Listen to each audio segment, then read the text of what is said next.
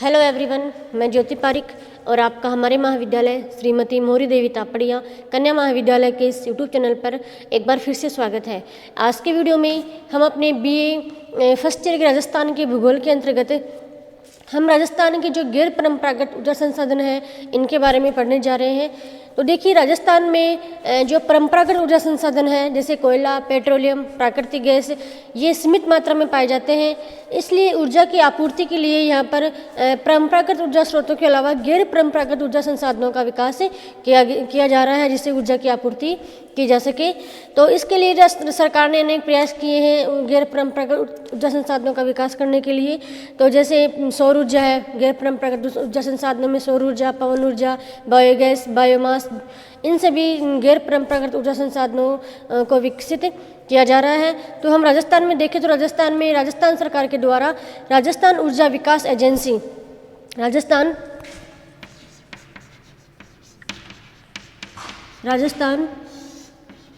ऊर्जा विकास एजेंसी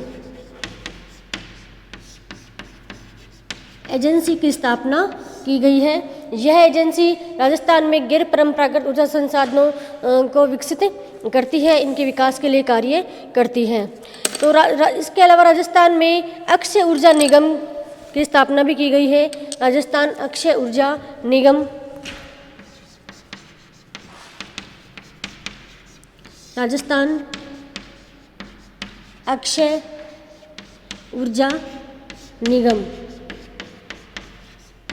राजस्थान अक्षय ऊर्जा निगम द्वारा भी अनेक कार्यक्रम और योजनाएं चलाई जाती हैं। जैसे सोलर एजेंसी द्वारा ग्रामीण विद्युतीकरण योजना, सोलर सिटी कार्यक्रम और ऊर्जा संरक्षण कार्यक्रम, ये सभी कार्यक्रम हैं जो राजस्थान ऊर्जा अक्षय निगम के द्वारा चलाए जाते हैं। तो राजस्थान में ये दो एजेंसियां हैं गैर परंपरागत ऊर्जा संसाधनों को बढ़ावा देने के लिए। तो एक है राजस्थान ऊर्जा विकास एजेंसी और दूसरी राजस्थान अक्षय ऊर्जा निगम। तो इन दोनों के द्वारा राजस्थान में गैर परंपरागत ऊर्जा संसाधनों के विकास के लिए अनेक नीतियाँ बनाई जाती हैं, अनेक कार्य किए जाते हैं। तो हम राजस्थान में पाए जाने वाले जो गैर परंपरागत ऊर्जा संसाधन है, जिसमें हमारा पहला है सौर ऊर्जा। तो हम सबसे पहले सौर ऊर्जा के बारे में पढ़ते हैं। पहला है सौर ऊर्जा।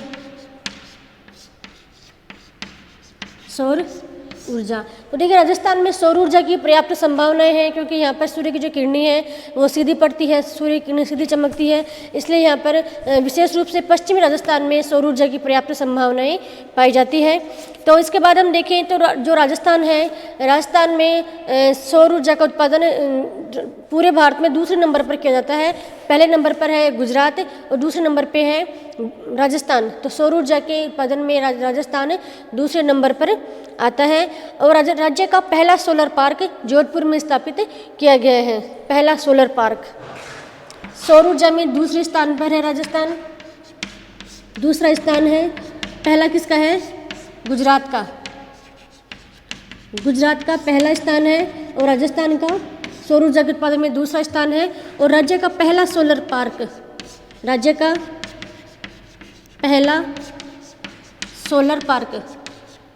कहाँ स्थापित किया गया है? जोधपुर में राजस्थान का पहला सोलर पार्क स्थापित किया गया है। ठीक है, फिर उसके बाद हम देखें तो सौर ऊर्जा की राज्य में अत्यधिक संभावनाओं को देखते हुए, राजस्थान में सौर ऊर्जा की अत्यधिक संभावनाओं को देखते हुए राजस्थान सौर ऊर्जा नीति 2011 राजस्थान सरकार के द्वारा बनाई गई है। कौन सी नीति? राजस्थान सौर ऊर्जा नीति।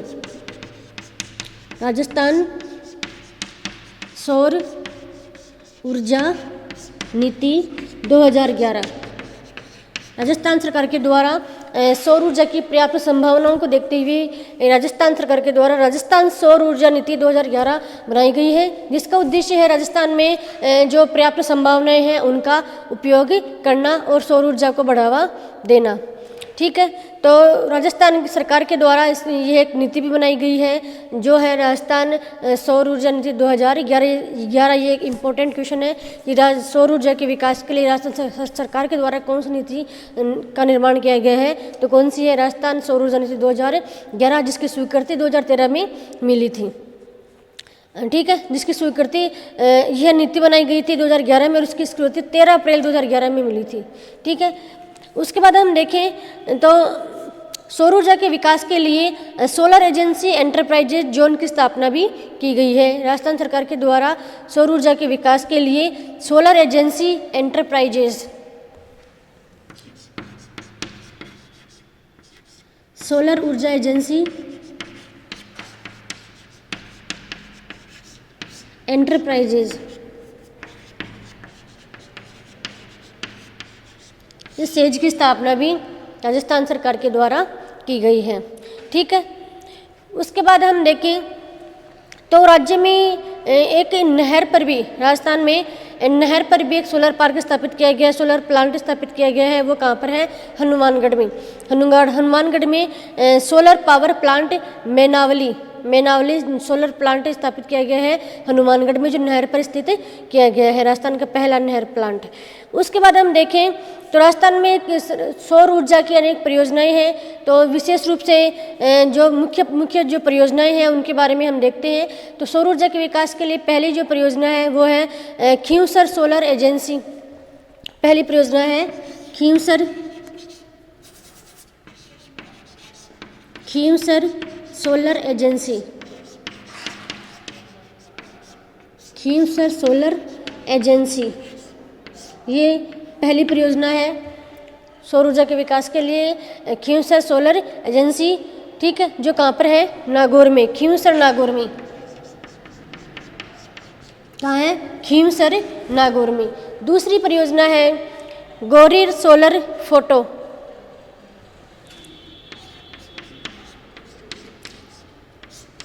गोलर सोलर फोटो।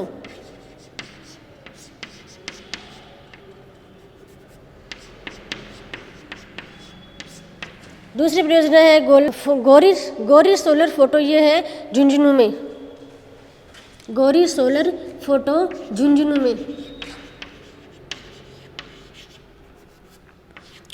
में। ठीक है, और तीसरी जो परियोजना है वो है Mokkal solar agency, मोक्कल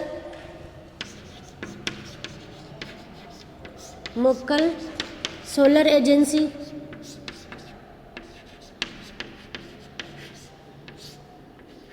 मोक्कल solar agency, और यह स्थापित की गई है जैसलमेर में। ठीक है, उसके बाद अगली है धुनिया सोलर एजेंसी, धुनिया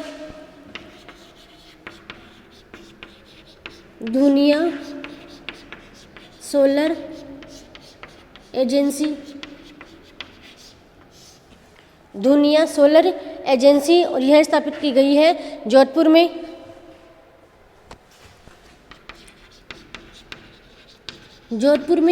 और यह है जैसलमेर में।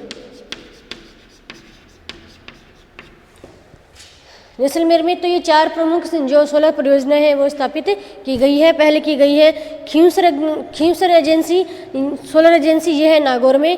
उसके बाद अगली एजेंसी है गौरी सोलर फोटो, ये है झुंझुनू में। और मोक्कल सोलर एजेंसी, ये जैसलमेर में।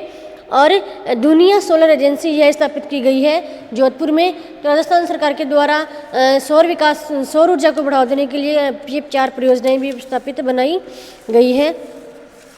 उसके बाद हम देखते हैं अगला जो परंपरागत गैर परंपरागत ऊर्जा संसाधन है वह है पवन ऊर्जा। सौर ऊर्जा के बाद हम देखते हैं अगला गैर परंपरागत ऊर्जा संसाधन पवन ऊर्जा।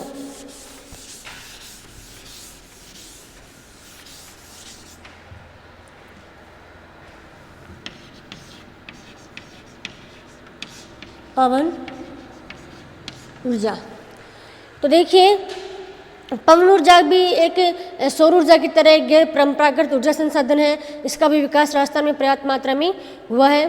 तो देखिए जो पवन ऊर्जा है, तो पवन ऊर्जा उत्पादित करने के लिए पर्वतों की चोटियों पर पवन चक्कियाँ स्थापित की जाती है। और पवन चक्कियों के घूमने से जो ऊर्जा प्राप्त होती है उसका अनेक प्रकार से प्रयोग किया जाता है, जैसे जनरेटरों में, पंप चलाने में और घरेलू ईंधन में भी इस ऊर्जा का उपयोग किया जाता है। तो इसके लिए हम इसका विकास विशेष रूप से हम देखें तो राजस्थान के पश्चिम राजस्थान में, जहाँ पर हवा की गति 20 से लेकर 40 किलोमीटर घंटा प्रति मिनट की सेकंड की रफ्तार से जो चलती है पवन, इसलिए यहाँ पर पवन ऊर्जा का विकास है वो अधिक मात्रा में किया जाता है। उसके बाद हम देखें तो Tata research agency, Tata energy research institute, Tata energy research institute Delhi ने राजस्थान में पवन ऊर्जा के विकास के हेतु दीर्घकालीन योजनाएं स्थापित की है। उसके बाद हम देखें तो अरावली में भी, अरावली जो पर्वत श्रृंखला है उसमें भी पवन ऊर्जा के विकास के एक पर्याप्त जो आदर्श स्थल है, अरावली पर्वत क्षेत्र है जो पवन ऊर्जा के विकास के लिए एक आदर्श स्थल क्षेत्र माना जाता है, क्योंकि अरावली की चोटियों में भी पवन चक्कियों को लगाकर पवन ऊर्जा प्राप्त की जाती है। और विशेष रूप से हम देखें तो अपने सीकर में जो हर्षनाथ की पहाड़ियाँ हैं, उन हर्षनाथ की पहाड़ियों में भी पवन चक्कियाँ लगाकर पवन ऊर्जा उत्पादित की जाती है। ठीक है, उसके बाद हम देखें तो राजस्थान सरकार के द्वारा 14 अगस्त 1999 को प्रथम पवन ऊर्जा परियोजना जैसलमेर में प्रारंभ की गई थी। कभी 14 अगस्त 1999 को, 14 अगस्त 1999 को प्रथम पवन ऊर्जा परियोजना, प्रथम पवन ऊर्जा परियोजना स्थापित की गई थी। कहाँ? जैसलमेर में, जैसलमेर में, जैसलमेर में प्रथम पवन ऊर्जा परियोजना स्थापित की गई थी 14 अगस्त 1999 को। ठीक है, उसके बाद देखें तो यह जो परियोजना है जिसका नाम था अमर सागर पवन ऊर्जा परियोजना, इस परियोजना का नाम क्या था? अमर सागर, अमर सागर पवन परियोजना, अमर सागर पवन परियोजना। ये कहाँ पर है? जैसलमेर में, जो राजस्थान सरकार की प्रथम पवन ऊर्जा परियोजना है। ये क्वेश्चन है जो आपको ऑब्जेक्टिव टाइप क्वेश्चनों में आपको मिल सकता है कि पवन ऊर्जा परियोजना है वो कहाँ पर है, कहाँ पर स्थापित की गई है? जैसलमेर में। और यह भी आ सकता है कि जो राजस्थान की प्रथम पवन ऊर्जा परियोजना कौन सी है, तो कौन सी है? अमर सागर पवन ऊर्जा परियोजना।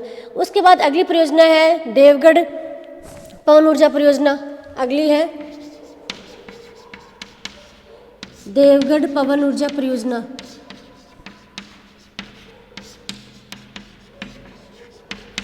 अगली है देवगढ़ पवन ऊर्जा परियोजना। पहली है अमर सागर पवन ऊर्जा परियोजना और दूसरी है देवगढ़ पवन ऊर्जा परियोजना। ठीक है, जो प्रतापगढ़ में स्थित है। कहाँ है? प्रतापगढ़ में, प्रतापगढ़ में स्थापित की गई है। उसके बाद अगली परियोजना है बीथड़ी पवन ऊर्जा परियोजना जो जोधपुर में है। बीथड़ी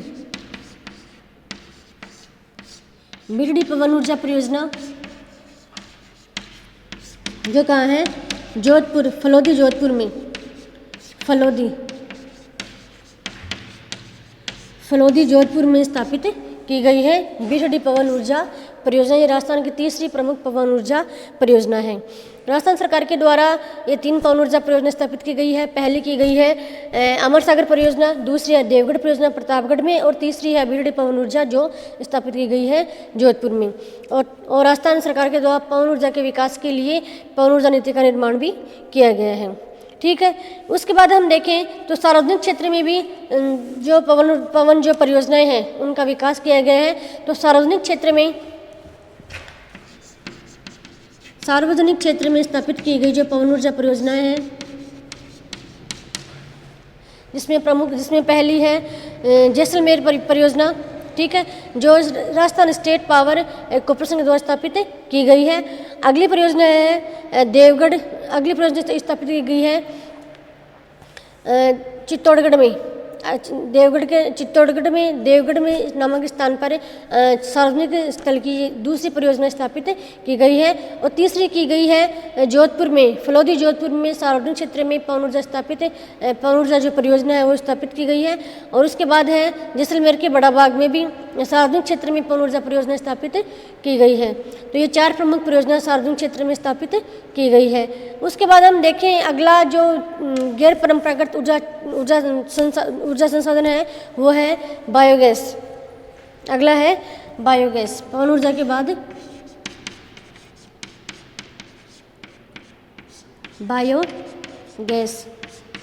देखिए, बायोगैस उत्पादित करने के लिए एक बायोगैस संयंत्र लगाया जाता है और उस संयंत्र में जो पशुओं का गोबर है, कूड़ा करकट है, ठीक है, उसके अलावा जो भी अपशिष्ट है, जैसे फसल के जो अपशिष्ट पदार्थ है, वो सभी डालकर उनको उस गोबर गैस के संयंत्र में डाल दिया जाता है और उसे जिससे जो गैस प्राप्त होती है, उस गैस का जो प्रयोग है वो विद्युत ईंधन में किया जाता है, घरेलू कार्यों में इसका उपयोग किया जाता है, ठीक है। तो इस प्रकार से गोबर गैस संयंत्र के द्वारा भी ऊर्जा उत्पादित की जाती है। और राजस्थान में हम देखें, राजस्थान में लगभग 50,000 से भी अधिक बायोगैस संयंत्र स्थापित किए गए हैं। और बायोगैस संयंत्र का जो विकास है विशेष रूप से ग्रामीण क्षेत्रों में ही किया जाता है, क्योंकि वहाँ पर आसानी से गाय भैंस मतलब पशुओं के जो अपशिष्ट है, गोबर है, इसके अलावा जो अन्य कूड़ा करकट है, ठीक है, इन घास फूस है, इन सभी को उस बायोगैस संयंत्र में डाल दिया जाता है और उस संयंत्र से जो ऊर्जा प्राप्त होती है उसका उपयोग आसानी से कर लिया जाता है। तो इस प्रकार से बायोगैस भी एक गैर परंपरागत ऊर्जा संसाधन है। बायोगैस के अलावा भी हम देखें तो विशेष रूप से भूतापीय ऊर्जा है, ये भी एक गैर परंपरागत ऊर्जा संसाधन है, ठीक है। इसके अलावा बायोगैस, बायोमास और भूतापीय ऊर्जा, ज्वारीय ऊर्जा, ये सभी अपनी गैर परंपरागत ऊर्जा संसाधन है। लेकिन राजस्थान में विशेष रूप से इन तीन का ही विकास होता है, इसलिए इस तीन के बारे में ही हम राजस्थान में पढ़ते हैं। पहला अपना सौर ऊर्जा, जिसका सर्वाधिक मात्रा में पर्याप्त संभावनाएं हैं। उसके बाद पवन ऊर्जा, तो पवन ऊर्जा की राजस्थान में पर्याप्त संभावनाएं हैं। और तीसरी है बायोगैस। इन तीन गैर परंपरागत ऊर्जा संसाधनों का राजस्थान में पर्याप्त रूप से विकास संभव है, ठीक है।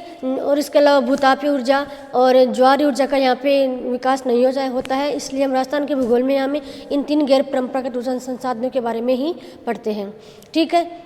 तो आज की वीडियो में हमें राजस्थान के गैर परंपरागत ऊर्जा संसाधनों के बारे में हमने पढ़ लिया है और नेक्स्ट वीडियो में हम नेक्स्ट टॉपिक के बारे में पढ़ेंगे। तब तक के लिए धन्यवाद।